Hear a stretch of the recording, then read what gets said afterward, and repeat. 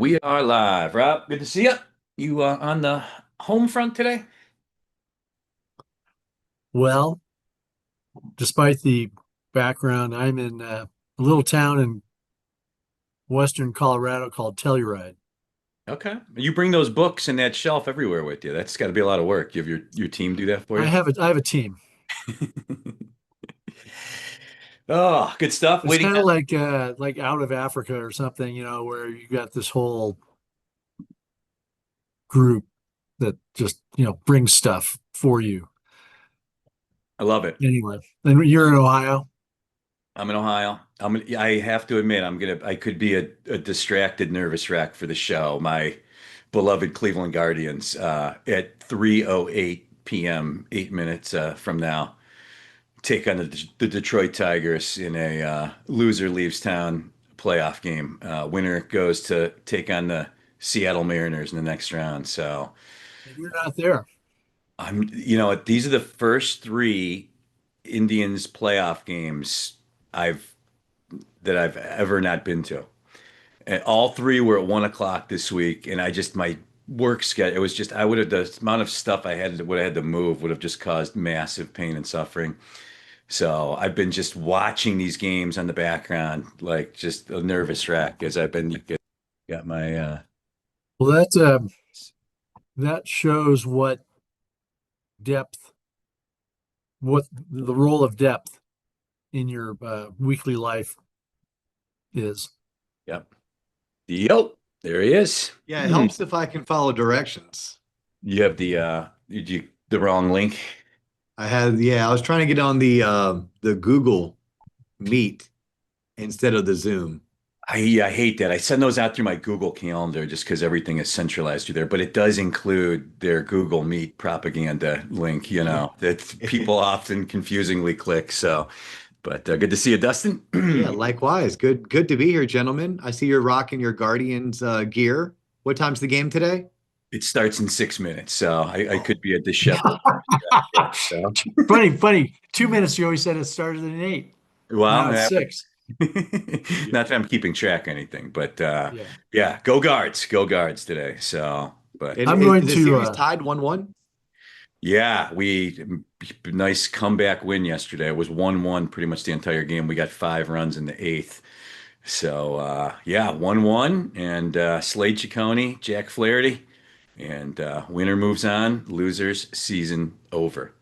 Guards Rich, Cubs rematch. Oh, from your keyboard to God's ears, Derek. I would love nothing more than that. I still am scarred deeply and emotionally from the 2016 World Series. So Rich is wearing his Depends today, Dustin. So Yeah. we know it's a big game. Well, right. I'm Big gonna game. I'm gonna pull for the Guardians. It's crazy. The Tigers actually have a couple local kids, at least local to Central Florida, but I've never been to Cleveland's stadium. So maybe, Guardians get to advance. I get the phone call from Rich. He needs someone to come with him to the next game, and I can check that off my list. Yeah, you got to get to Progressive Field. Is really, I'm biased as hell, but it is a great park. So one of the real good ones. So, but I need to break character, Rich. Ready? okay, So I'm going to show you what I'm looking at. okay. And to do that, I think that I have to Uh-oh. uh like take off I have to have no background. Take off your. Okay, you got me worried for a second there. Take off your Uh, background. All right. yeah. So there's that. There you go. But we're gonna step over here. Okay. So this is Telluride. Oh, that is Oh, beautiful. wow. Wow. Damn. Man. Um, let's see. You can look over here. I mean, there's a work crew here, but I mean, it is just something else. Those of Something Is you that a else. ski run right behind you, Rob? What's that? That nice green pasture up on the mountain. Is that actually a ski run in the wintertime? Yeah, that's Telluride Ski Resort. Okay.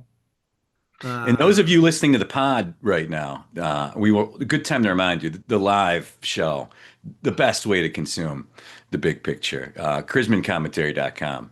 to get signed up for that. But a lot of stuff in the chat already. Let's go ahead and get into it. This is the big picture, presented and sponsored by our good friends at Depth. Nearly 2 decades, fintech pioneer Carrie Milam, her outstanding EVPs, Leslie and Lindsay. They are the PR team getting fintechs noticed and fast. And the fintech space moves fast, so you need a PR partner that can keep up with the pace and get your name out there. Depthpr.com, or just get a hold of Rob or I, or you could find Carrie, Leslie, Lindsay, all on LinkedIn. A great PR company, and you need your story told. They're the ones to do it. So there you go. And my name is Rich Swerbinsky with Onward and Upward Consulting, also the executive director of the Ohio Mortgage Bankers now. And as always, pleased to be joined by my esteemed colleague and co-host, Rob Chrisman, in very, very gorgeous Telluride. Rob, good to see you. Good to see you. Rob, Good to is see that Dustin. home away from home? Telluride? No. No. Telluride. Vacation. Dustin, have you ever been to Colorado? I have. Denver? Oh, you were just in Denver. A week ago. Yeah, A week we were ago. just in Denver. Yes, we were just in Denver for the Acumen conference, but I'm actually 1 year away from being an empty nester, and my wife and I plan on buying in Frisco, Colorado. Ah. Yep. So I've done the Breck and Vail, Beaver Creek several times for the winter. We've never spent any time in the summer, but we plan to next summer. Everybody who comes to Colorado really likes it.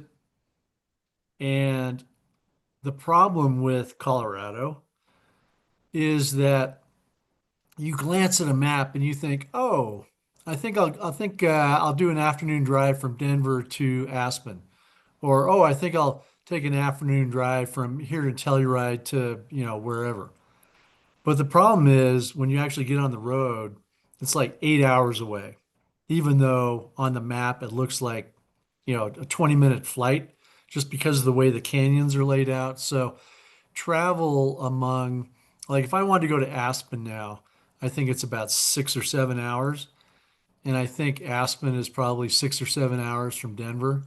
So some of these places do have airports, like Telluride has an airport they've nicknamed the Nimitz because it's like an aircraft carrier. It's very short. Uh, I know Durango is really nice. My son Robbie was just there. He likes it a lot. That has an airport. So there are some small airports around. Frisco is supposed to be very nice.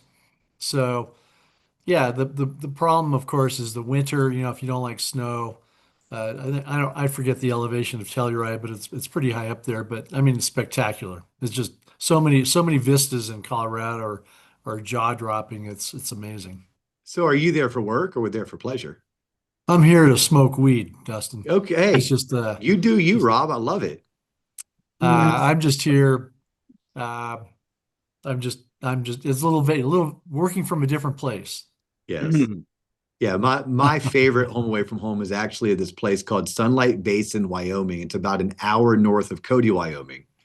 The problem with it is, like you talked about with Telluride and Aspen, it's so difficult to get there that it would make it near impossible to try to still have a full-time career that requires, travel and airports when everything you would look to do is a solid, 4-hour drive plus some kind of a commuter airline to a major airport to wherever you're trying to go. So Frisco, Colorado for us is probably going to be the 1B to actually living in, outside of Cody, Wyoming. Yeah, it's interesting.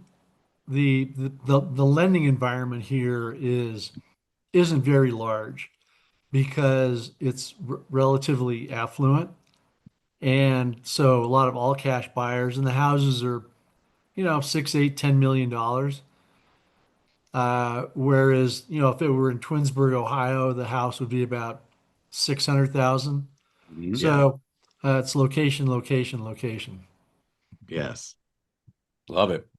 We never properly introduced. Hey, Rich, has the game begun? Rich, do we lose you? You want No, Dustin and me just to take over here?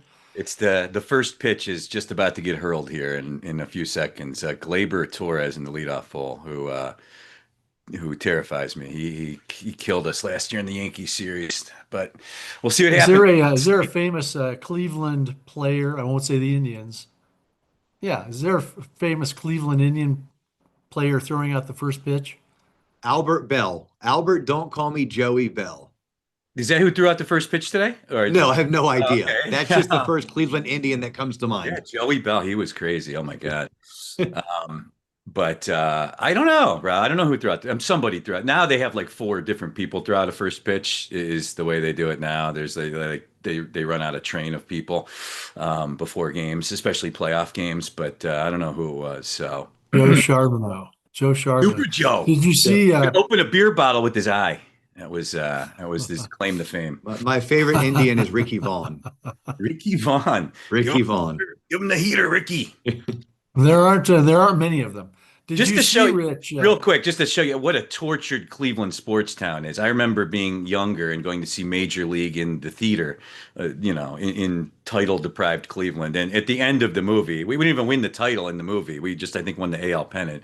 Yeah. I mean, the place goes crazy. Like we really won a title. I mean, that's Cleveland. So, Did you see the news with out of the Phoenix Suns today? yeah, Mortgage Matchup Center. That's a really weird sounding name. But Matt Ishbia is definitely going to take any opportunity he can to shill the UWM machine. So yeah, the Suns Arena, which will be empty all season because they're the worst team in basketball. It's the Mortgage Matchup Center. So Mortgage matchup? they might have to be offering like 2-1 buy downs on tickets to get people in there. But Yeah, I always wonder what good a wholesale. Well, anyway, forget it. Forget it. I'm just curious. Go Mortgage ahead. matchup. Do I not know that brand? it's I mean, their they used to call it Be Alone or become BeAloneOfficer.com. They rebranded it as like, Oh, beabroker.com. yeah, it's like Okay, it's brokers go. mortgagematchup.com. Okay, makes Yeah, perfect sense now. yeah. They kind of The I'm going to disagree, Rich. I'm going to say my Warriors are going to be worse than the Phoenix Suns. no way. The Suns have nothing. They have Booker, Jalen Green, and literally like their third best players shouldn't even be in the league. It's you got That's Steph Curry still and Draymond and the boys. They'll they're all like they're all like nearly 40 years old. yeah. And it's the center they just added, Horford. I think he is 40. He's over 40. Yeah, that was it. He is over 40. Al Horford is over 40. I quit watching basketball after the Bulls stopped being good. What year is that? 96? 96, There we go. The Last Dance. There you go. And we never properly introduced our guest today. Back once again, and he is the founder, executor of what I think is the mortgage industry's most listened to podcast, TLOP, the Loan Officer Podcast, and also TLOP Originator Coaching. It is our good friend, DO, Dustin Owen. Dustin, thanks for joining us again on The Big Picture. Rich and Rob, it is my pleasure. This is always fun to do. So thank you for having me. And what are we going to jump into? Like, what type of chaos are we going to create today?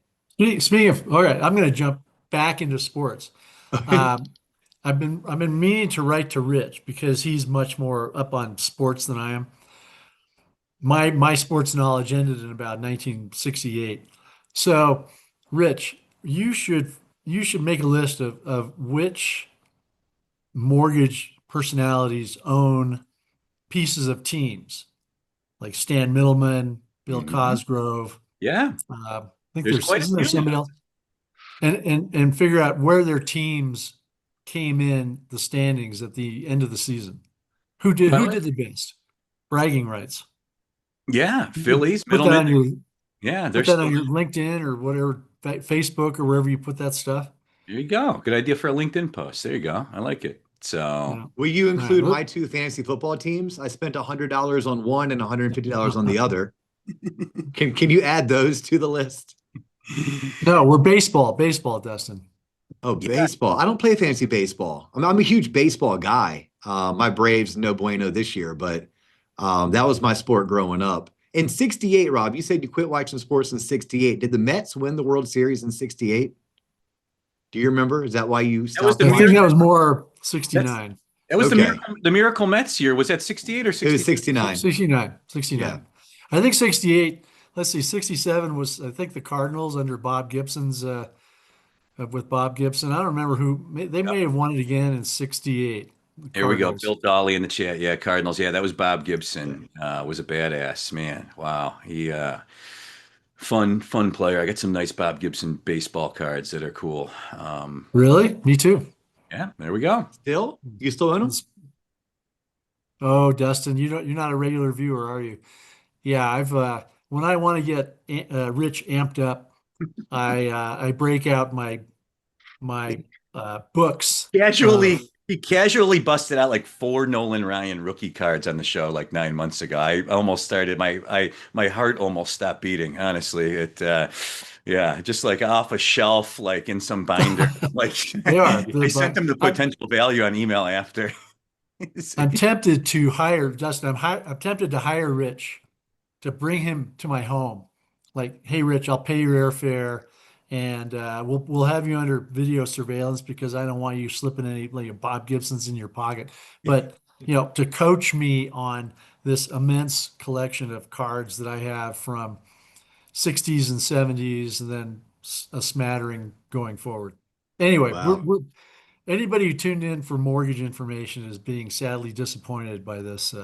Yeah, our Talk. apologies, right? It's your mortgage knowledge is going up in smoke the way that Robbie's inheritance will if Rob's house ever catches on fire and those cards go up in smoke. That's right. Yeah, That's right. collectibles insurance, Rob. That's the takeaway here. So. All right, let's go ahead and get into it. And Rob, all kinds of stuff this week. We already hit on Mortgage Matchup Center, that breaking news, the Suns arena being renamed. Of course, the government is in a shutdown. That is, I guess, fairly big news. FICO drops a bombshell yesterday, basically saying they're going direct to lenders with a pricing model. And yeah, I mean, they kind of had to do something. Pulte was pressuring them, and obviously the Vantage score thing is looming. So I think it's a smart strategic move by FICO, being the first one to kind of make a move, forcing the bureaus who own Vantage and own the data that's going to set up this really interesting game of chicken to make the first move to force them to react. So I'll go to you, Rob, to get your thoughts on that madness to get things started. Well, and then the item that you and I were talking about earlier, which we can't address because it's too new. I saw it on Fox News that Fannie Mae, the FHFA has announced, I guess Bill Pulte has come out and said that they are going to close Fannie Mae and Freddie Mac's New York offices because of suspected fraud from Letitia. Letitia James. Mhm. Yes. Yeah. Yeah. So won't that be interesting to see who, what, where, why? And then you have the HUD HUD verbiage, website, the HUD the website. radical Poor left. Scott Turner. They went to Scott Turner for a quote on it, and he had to just fall on the sword and did. I don't see anything wrong with it. It's yeah, it's all amusing. Again, the last administration did zero with relation to housing. This one is it can't stop doing things. I don't know what is better, what I prefer, but it's certainly more entertaining. So. I I don't know. I'm tempted to Entertaining to me. Sorry, I should have clarified that. Rich, You know here me, we I go. find the humor in everything. It's a great way to go through life. Yeah, Laugh as much usually I as you do. laugh as Usually I much as do, you but can and try to find the humor in everything. It's very therapeutic. good. I'm glad Have because you yeah, all at tuned into some the level we're going to need therapy. But have you tuned in the USDA website? Kelly in the comments just said, I guess there's some politically charged commentary on USDA's website as well as HUD's. no, we'll have to check that out. Yeah. We'll have Because to check that USDA out. with the government shutdown thing, that puts USDA at a halt. Done. Yeah, Yeah. you're not doing a USDA loan at this standpoint until government opens back up. Right. Yeah. I'm tempted, Rich, and you can talk me off of this. All right. I'm willing to hear input from you. Okay. I'm tempted in the subject line of my commentary to ask the question because somebody asked me this yesterday in town. They asked me if I thought, could one person shut down the US and therefore the world economy? Is Uh, that possible? well, we're about to find out. I mean, so, yeah, who knows? I mean, it's a little crazy, a little unprecedented. You know my take. Policy wise, human being aside, policy wise, as it relates to housing, I try to keep it to that. I like a lot of the things going on, but the tact and the manner in which they're happening seems like it could be a tad short-sighted. So, we'll see. It's going to be an interesting game of chicken with this government shutdown because, as I kind of texted you the other day, I mean, you know, Trump, love him, hate him, whatever, but the Democrats have no identity right now, zero. And he's just moonwalking all over their ass. And this is kind of like their moment to draw the line in the sand. And this is going to be a very interesting game of chicken. I'm fascinated to see how this whole government shutdown thing plays out. The interesting thing, and I've already started to write because in social media and in certain circles, some of his quotes from the past are coming back to haunt him now, saying that any government shutdown is the fault of the president's. The stuff starts at the top. It's up to the president to get the parties together and work things out. So, but yeah, it'll game of chicken, and unfortunately, the borrowers, anybody needing flood insurance, anybody wanting a USDA loan, I mean, they're the ones who suffer. Uh, as do a lot of consumers, as do how many people may be furloughed from the U.S. government, 750,000 or something. We'll see. And DO, it's USDA. The other things that get impacted, verifications through Social Security. Yes, the big one was verifications to the IRS, but if I understand this correctly, there's still leftover budget from the Biden administration into the IRS. I think the IRS will stay open for longer. Obviously, if the shutdown is prolonged, they'll run through that cash. But if you had to verify someone's income, so specifically probably like a self-employed person doing tax transcripts to make sure that the tax return they gave us is actually what they gave the IRS, then that could pose an issue. But right now, my understanding is not the IRS, but manually underwritten FHA files, right? FHA files that require condo approval, right? Anything where you have to reach out to HUD, most FHA loans, you'll be fine. Like all VA loans, with the exception of anything that would require like a direct endorsement, right? If it requires a direct endorsement from the Department of Veteran Affairs, you're probably SOL. Most loans don't, so you're probably good. Yeah, it is sad when grown-ups can't get along. I'm in a marriage and I have to negotiate and I have to settle every single day, Right. but it is what it is. Whatever happened to the how you do one thing is how you do everything? Like why can't we go back to some of those principles that were maybe taught to us earlier in life? Maybe that's wishful thinking. I live in a world of unicorns and fairy tales. I, you know, I tell my kids the advice I've given my kids more than any is that life is not black and white. Like it's all shades of gray, right? And it's just finding your way in the gray and trying to stay away from extremes and everything in life. And it just feels like it is. I hate the divisiveness. I would argue it started during Obama's second term.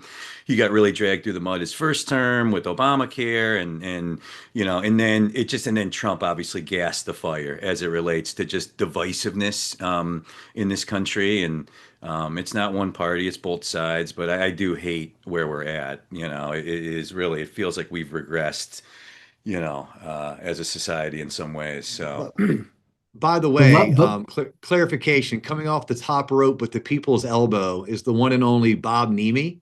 Bob wanted to remind us the IRS was said to stay open by Calabria at the NBA Compliance and Risk as essential employees. So, Bob, appreciate you. I don't know what I would do in my life if I didn't have my wife and Bob Nemi. Both of them are quick to correct me when I misspeak, and they're the first to have my back when I need it. So I appreciate you, Bob. Ohio NBA legend, Bob Neve. Yes. Yeah. So, Yes. uh, Yeah, so we had that. We had the FICO thing. That's going to be interesting. Dustin, any thoughts on how another game? We have the government shutdown game of chicken. Who's going to blink first? And then now FICO versus the three bureaus and Vantage Score. This is going to be fascinating to see how this plays out. Any instant thoughts, reaction? Yeah, so I was laying on the couch last night watching the Dodgers just destroy the poor Cincinnati Reds. So I'm getting caught up on all my trade publications. It comes across the wire, the FICO announcement. This morning I did some more research. But my one thought, I mean, obviously, this can't be bad for consumers and bad for the industry if it's going to drive costs down. Right. However, and I'm not even trying to defend the bureaus, but there is an administrative role that they play. And, FICO wanting to go directly to the lender, beautiful. However, is FICO also going to have the administrative capabilities of the TransUnions, the Experians, or better yet, even the aggregators, right? Because we rely on the distributors to do everything like updates and the things that you have to do that get built into that total cost. So I guess if I were to try to summarize it better, it sounds great in theory, but will they actually be able to pull this off? It's a great point. The operational nature of what they now have said they're going to do, it's much different than, dealing with just really a couple large customers and dealing with, yeah, I mean, it's going to be interesting to see. And, I mean, I guess probably, I don't know, they'll go to like the biggest lenders direct first, would be my guess. Obviously, money talks. And then, but yeah, I haven't even thought about it. That's a Yeah. great point, the Yeah, yeah, operational aspect of yeah, it. think about it. When you're slinging loans for a living, right? You're funding thousands a month, even hundreds a month, or even tens a month out of a branch. You are consistently having to do credit updates. You're having to do rescores, re-verifications, and it's like, well, who now is going to do that?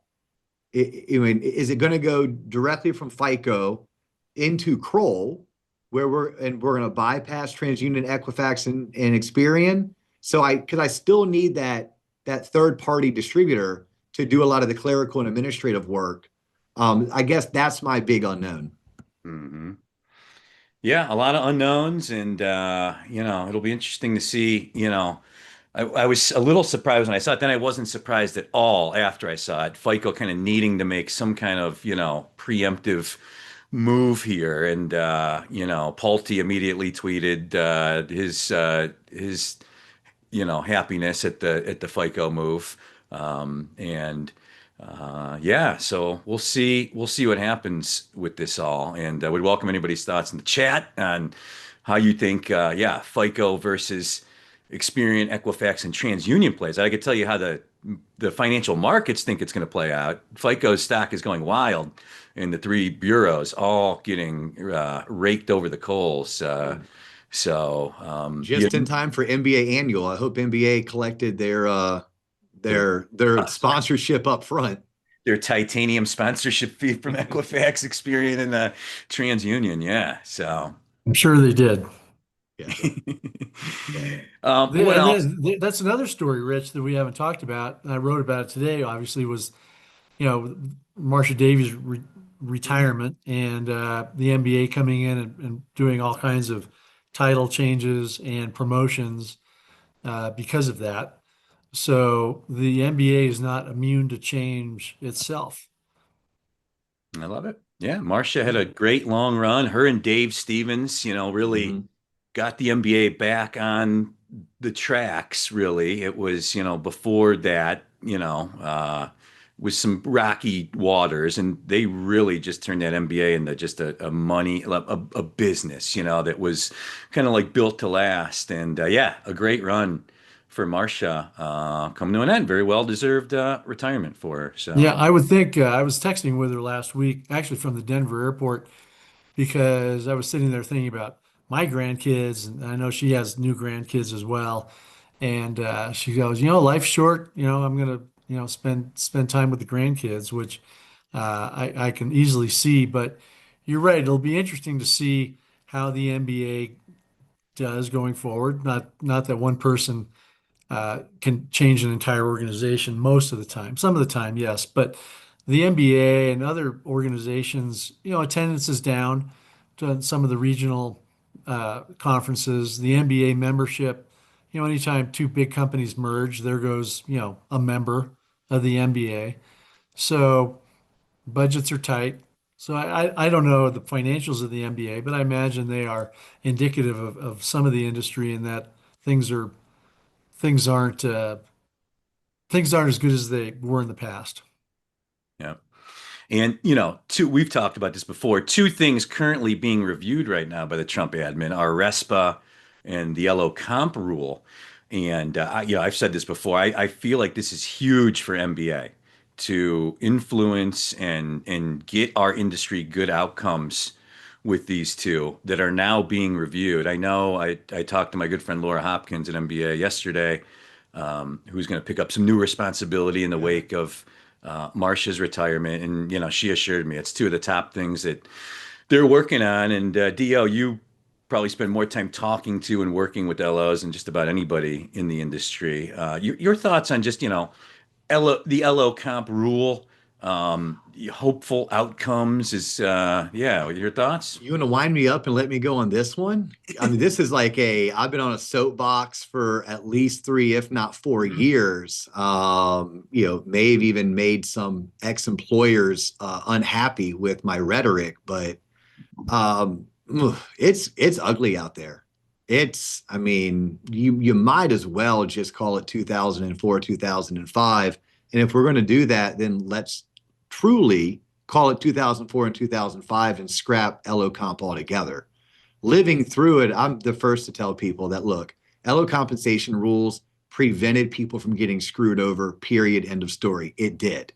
Now, it took that pain like a lot of regulation does, and it spread it amongst the masses, right? And so instead of 10% getting taken advantage of, 100% get to pay a little bit extra, but nobody gets overly damaged. I liked the rules. They weren't perfect, but if we're going to have rules, I come from the camp, let's enforce them. If we're going to have rules that we don't enforce, then let's just go ahead and take the gloves off. Let's loosen the reins, take off the handcuffs, whatever you want to say, and let's just go back to the way things used to be. Because I'll tell you this, the way things used to be, originators made less money per loan and consumers got better deals. Like that was the way things used to be. When I allowed an originator to look at a rate sheet, they could price it at 105, 100, charge one in the front. We split that revenue 50, 50, 60, 40. And I recognize when I allowed the originator to price a loan, they priced it more aggressive, therefore it impacted their comp, but the consumer won. So the current landscape is probably my least favorite landscape. I would go back to 04, 05, 06, running up to 10. I would redo 12 through basically about 18. It was about 18 that we started to see things get off the rails. And why? I mean, go back to 18. That was our first year of like massive margin compression that we had seen since probably a nice 6 or 7 year bull run. But the way things are right now, I would love to see some kind of a stability in guardrails and rules followed by the masses. Well, the problem with that, I mean, the rules could be out there. The question is who's going to enforce them? Right now, nobody. Right. And so what I'm hearing a lot of, and Dustin, maybe you can agree or disagree, I'm hearing a lot of stories about companies playing games with leads that come in and then, internally generated leads versus external leads and moving compensation around that way in terms of individual loans. Are you hearing that as well or seeing that? 1,000%. And it's across the board. It's broker, it's banker, it's large companies, it's small companies. Yes. Yes. It's and it's widespread. I don't even think you can say it's condensed to just a small fraction. I think it's 80%. And in fact, if someone wasn't playing the games, I would say the people not playing the games would probably be credit unions and actually large depositories. Yeah. Right. But then you look at, I mean, Rob, you know this better than probably most, and definitely better than me, but like what percentage of the overall volume is being done through those channels versus being done through the IMB or the broker channel? 10%, I mean, what IMBs were 83% market share in 24. I don't expect too much change this year. But yeah, you're right. It's crazy. But Yeah, and look, I'm in the camp for the record. I want loan officers and their employers to make as much money as they can, providing the most value they can to the communities they serve. I'm all for people making money. And I want the consumer to have choices and the consumer to be able to negotiate. But I don't think our current setup is one in which is conducive for that. The system was broken, so we fixed it. The way that we fixed it, came with its own flaws. And then it seems like over the past going on 7 years now, we've just kind of said F it. And without the rules being changed, we're operating as if the rules changed with all these workarounds, such as, oh, yeah, that was a in-house referral. I'm like, interesting. It was an in-house referral because it came from, Betty Smith, who's a Remax agent. And 2 months ago, you closed a loan from Betty Smith, who was a Remax agent, and that one wasn't in-house. So which one was it? How do you differentiate? 1 month it was an in-house referral, but 1 month it wasn't when the referring agent was the same. I don't know. It's going to be interesting. I wish we would see something change sooner than later. And again, either enforce the rules we have or do away with them. I'm fine with both. I just don't trust at this standpoint a whole lot's going to get done, nor would it be important for the current administration to focus their efforts on this. Well, I've gone round and round with folks about who is going to actually change LOCOM. If it's the CFPB, well, good luck finding somebody to change the rules because that group has been gutted. Yeah. And so are we stuck with what we have because there's no one at different agencies to change it? And if something requires congressional approval, well, good luck with that, right? So Yeah. it's tough. Like we said earlier, who ends up paying the price, I think, are consumers and the loan officers and AEs out there who are just trying to help their borrowers amidst all this swirling news up in the clouds. It's a tough environment. And I had a conversation with the CFPB when the last administration was in place and the CFPB hadn't had their teeth removed. And even that conversation was numbingly painful because I was someone coming from production street level having to explain to my regulator what was happening, understanding that I was talking to someone who had no hands-on real world experience. And at the end of the day, what I learned is even then they didn't care because they were like, well, where can you tell me that a protected class was punitively damaged in a malicious way?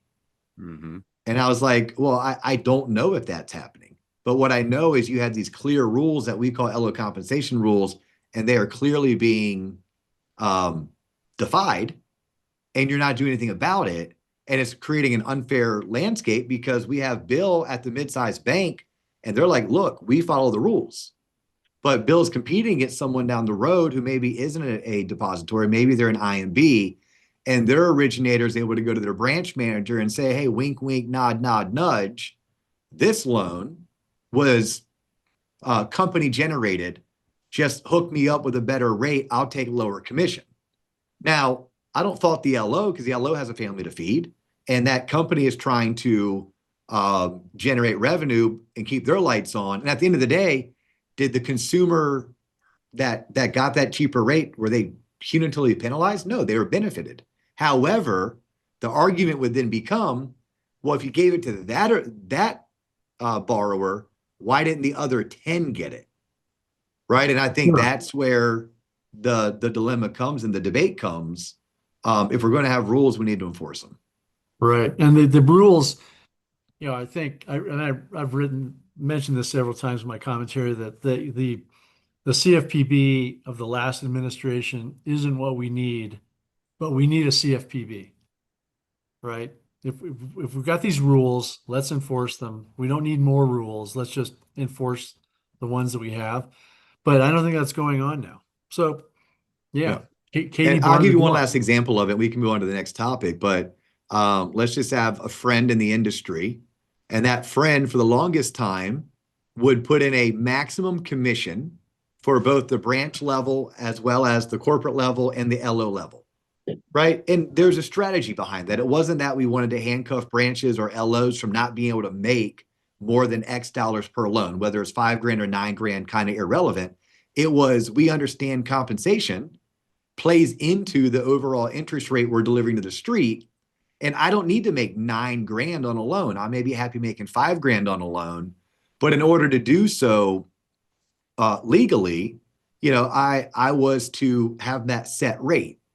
And that worked really well. But at this standpoint, this friend of mine was like, I'm removing all of my max comp, meaning if I can make $30,000 gross revenue on a loan, I will.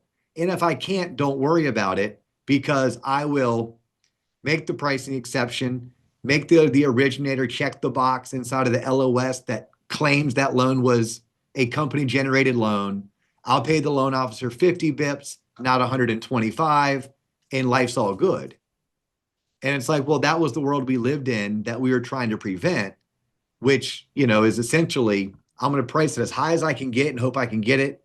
If not, I'll just work it down and I'll pay my LO less. Now we have originators who are truly being compensated based on the interest rates they provide to the consumer. But it is happening. It's real.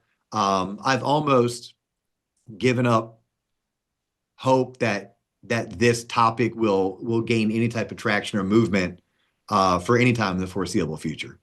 Well, usually when people talk about LO comp, they immediately bring up, why can't we have different comp for bond loans? And then why can't loan officers reduce their comp in order to help the consumer? Why can't they negotiate? Why can't they negotiate? Those seem to be the two things that most people bring up. Yeah, and the NBA has advocated on our behalf decently on both those topics. The bond loan issue, I think, is, granted, look, I'm coming from that of someone who runs a sales division. The bond loan is, yes, we should be able to pay less on a bond loan. The consumer, that rate is typically fixed, and it's for a consumer who's getting a benefit to begin with. So no one's going to be damaged, but those loans do bring in less revenue. They cost more money to carry on your warehouse line. They cost more money to originate. The only concern, Rob, I ever had with, well, I should be able to lower my commission based on giving a consumer a better rate in a competitive environment, is you have a lot of people that will price at the tip top as they can go. And when you audit them, 90% of their loans will all be exceptions. So at which point, I think that's doing away with the essence of that strategy. What I do like, and I think a loan originator, if they make a mistake, right, they misquote something, they don't close in time, then we have to eat some lock extensions. There's a cost to cure, or even an uncollected appraisal. Yes, I learned the hard way.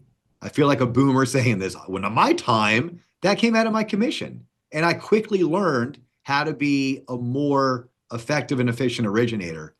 So I guess what I'm saying is two of those I could get behind all day. My one concern of allowing lower comp in a competitive situation is, how many times would that be abused? And the strategy to abuse it is, I'm just going to price everything at 105 and I'll make an exception on 90% of the loans. This is The Big Picture, presented and sponsored by our good friends at Depth, the PR team getting fintechs noticed and fast. Check them out at depthpr.com. And yeah, it certainly is the Wild West out there right now. I work with banks, credit unions, IMBs. Their interpretation of LO comp and RESPA is so wildly different. IMBs, to your point, 3.5 years into a bear market, very challenging business climate, no CFPB, Republican administration. Yeah, people feel even more empowered than usual to play a little bit loosey-goosey, a big part of a changing landscape. And another changing landscape, Rob has alluded to this in the past. Rich, be careful now, Rich. We've got like 30 seconds left. Yeah, I Uh-oh. know. I had to bring up, DULP. I'm hearing more and more anecdotally from lender clients of mine that they seem to be getting tighter. And it seems like what's happening is very quietly and subtly, Fannie and Freddie are doing what Mark Calabria told us on this show 3 times they would do before they went public and shrink the last five, the riskiest 5% of the credit box. DO, you talked to a ton of LOs. Are you hearing this at all? Is there any validity to that theory? 100%. Yes. You talk to any originator, DU and LPA, things that were flying off, like flying through the systems with accepts or approves are not. And strategically, if Fannie and Freddie truly are going to be released and, privatized, et cetera, that would make perfect sense. Yeah. Yeah. And bulk of that goes really to the non-QM market, that business that would have been Fannie Freddie. We've chronicled here. It's about 7% of the market, I think, right now. It's historically been 3 or 4. So we could see another bump up in that end of the market, and definitely some lender clients I'm advising right now that don't have non-QM outlets to make sure you have a couple good ones because it's becoming a bigger piece of the pie. So Dio, how do people find you? Anything to plug? What do you got going on here in October? Yeah, well, I have a lot coming on in October. I'll be at Sales Mastery, then I'll be at Fuse in Nashville before I head up to Wisconsin for the Wisconsin MBA. But I tell you to check out my YouTube channel. It's TLOP or the Loan Officer Podcast. It's the best way to watch our show, just like we can watch y'all's show on Rob's YouTube channel. Make sure you're tuned in to the Loan Officer Podcast. I think it is the #1 podcast. I tell people it is, but I'm pretty confident in terms of downloads. We get about 1 million downloads a year, so I think it puts us somewhere in that ballpark. But it's called the Loan Officer Podcast. We affectionately call it TLOP, and because of the podcast popularity, I launched a year ago TLOP's Originator Coaching. So we coach loan originators, branch managers, etc., based on the show's wild success. Love How it. do you have time for your day job? I work 7 days a week. I love what I do. I really love what I do. It only put me in the hospital once. So, 1 time is a fluke. 2 times is maybe something to be concerned about. How's the healthcare in Frisco? Yeah, probably better than it is in Florida. Actually, Central Florida, we have great healthcare in Central Florida, honestly. But You live in the villages? yeah, not yet. No, I mean, I'm bald like you, Rob, but I'm not as gray yet. Is there still there used to be, I used to know the guy that ran it. I've lost touch with him. There used to be like one mortgage company that did all the mortgages for the villages. Is that still the way that works? They were huge. It was just the villages. That's an hour and 15 north of me, and I just never need to go to the villages. I always drive through it on my way somewhere north. So I wouldn't know, Rob. I should know that. I don't. There you go. Rob, anything where your travels taking you these next couple weeks? Anywhere exciting? Home. Home. No place like home. There you go. All right. Well, good stuff. Thank you, Lacey Lopez. I appreciate that, by the way. Great comment in the bottom. Appreciate you. A lot of great commentary in the chat today, and want to thank all of you first and foremost for making part of your Thursday afternoon to join us here. We're live every Thursday, 3 p.m. Eastern. Go to ChrismanCommentary.com to get signed up for the live and, of course, the pod and the YouTube. But I want to thank our guest, Dustin Owen. Dustin, thank you for joining us. Rich, Rob, thank you so much. I love this. This is fun. Love it. And Rob, as always, great conversation. Good to see you. And hopefully you got some good plans for the weekend. So Absolutely. Good luck to your Guardians. Yeah, guys. Yeah, good luck, Cleveland's baseball team.